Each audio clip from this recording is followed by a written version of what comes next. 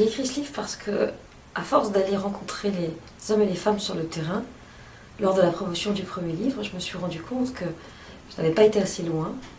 Et à force d'écouter ce que les hommes et les femmes me disaient, j'ai découvert qu'il y avait des zones que j'avais besoin d'explorer pour aider les gens à être plus capables de comprendre ce qui leur arrivait en amour. Donc les liaisons impossibles sont toutes les histoires dans lesquelles vous plongez sans réfléchir, avec des partenaires qui sont condamnés à terme pour plein de raisons, parce qu'ils ne sont pas libres, parce qu'ils n'ont pas l'intention de se libérer, parce qu'ils sont accros à une substance. Donc vous pouvez vous lâcher pendant un laps de temps très court, ça vous donne l'illusion d'une intensité, mais sans risque, puisque finalement, à terme, la relation est condamnée. Donc ça vous donne l'impression de vivre des passions, et en réalité, c'est une prise de risque complètement calculée. Donc la résistance, c'est ce qui nous empêche d'avancer en amour, c'est tout ce qui se met en place pour éviter que nous sortions du programme de sabordage qui est le nôtre. Donc en fait, souvent, beaucoup d'êtres humains font couple avec leur résistance, et ils s'entendent très bien tous les deux, et toutes les histoires s'écroulent, et toutes les tentatives de changement s'écroulent, parce que la résistance fait en sorte de bien vous laisser là où vous êtes, et surtout de ne rien changer.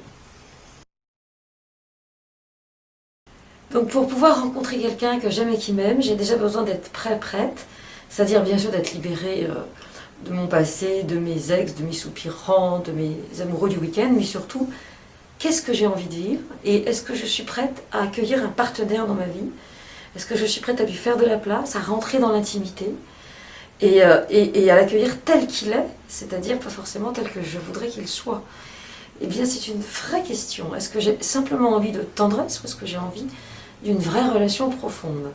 Si je n'ai envie que de tendresse, à mon avis, dans 6 mois, il n'y aura rien de changé. Parce que les hommes que je vais rencontrer vont sentir que je n'ai pas envie d'autre chose que de tendresse, et eux, ils veulent bien d'autre chose. Donc c'est très important de savoir ce que j'ai envie de vivre dans l'intimité. J'ai écrit dans ces livres, je crois, le livre que j'aurais aimé avoir quand j'étais sur le marché. Parce que je manquais d'informations, je me trompais, je faisais des erreurs de base. Des erreurs que j'aurais pu éviter si j'avais été instruite. Et donc, l'idée, c'est que moi, j'ai vécu beaucoup de situations un petit peu complexes, et ce que j'aimerais transmettre, c'est des outils pour que les femmes ne soient pas obligées, et les hommes d'ailleurs ne soient pas obligés de vivre cette complexité-là. On n'est pas obligé d'en baver des ronds de chapeau pour trouver l'amour.